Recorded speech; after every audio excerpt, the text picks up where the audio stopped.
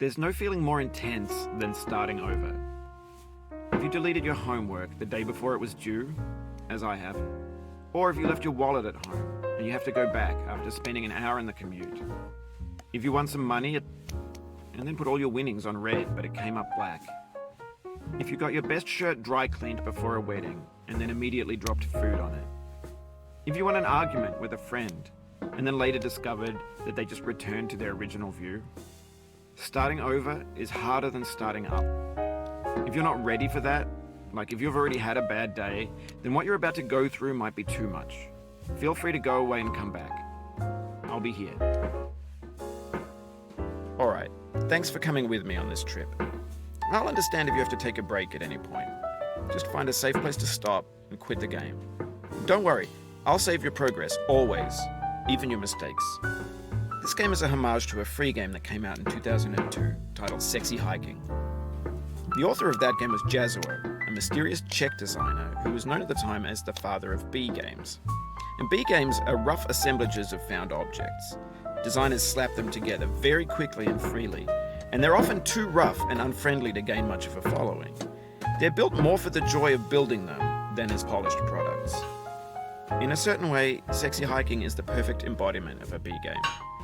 It's built almost entirely out of found and recycled parts, and it's one of the most unusual and unfriendly games of its time. In it, your task is simply to drag yourself up a mountain with a hammer.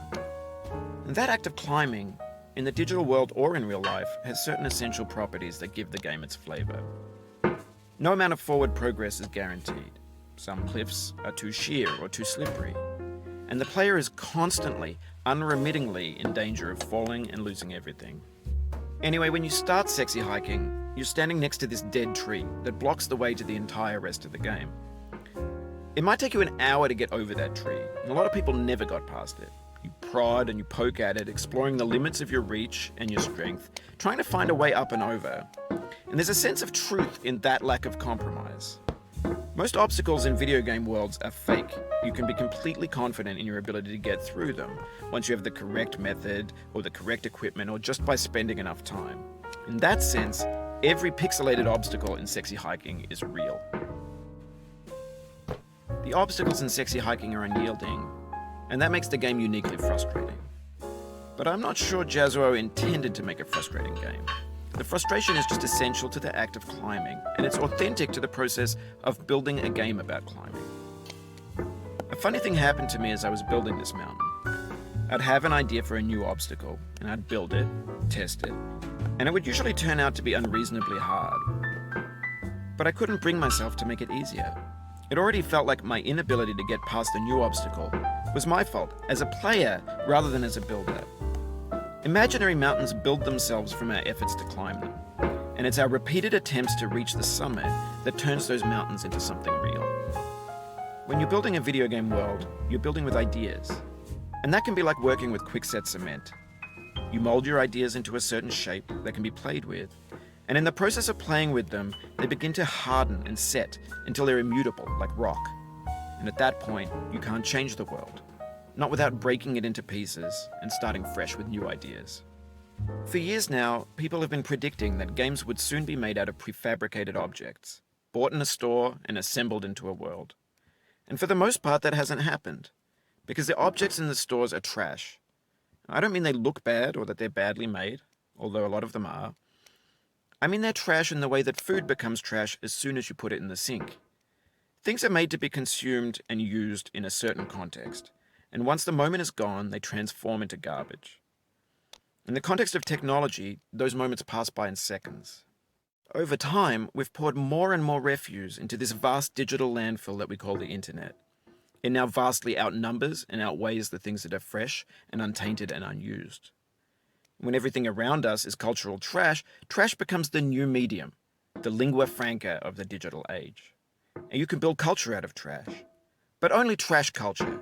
B games, B movies, B music, B philosophy. And maybe this is what digital culture is. A monstrous mountain of trash, the ash heap of creativity's fountain. A landfill with everything we ever thought of in it. Grand, infinite, and unsorted. There's 3D models of breakfast, Gen X's fanfic novels, scan magazines, green screen band scenes on. It's got lifelike bots with unbranded adverts and candid shots of mashups, car crash epic failed GIFs, Russian dashcam vids, discussions of McRibs, discarded, forgotten, unrecycled, muddled, rotten, untitled. Everything's fresh for about 6 seconds, until some newer thing beckons, and we hit refresh. And there's years of persevering, disappearing into the pile, out of style, out of sight. In this context, it's tempting to make friendly content that's gentle, that lets you churn through it but not earn it. Why make something demanding if it just gets piled up in the landfill, filed in with the bland things? When games were new, they wanted a lot from you. Daunting you, taunting you, resetting and delaying you. Players played stoically.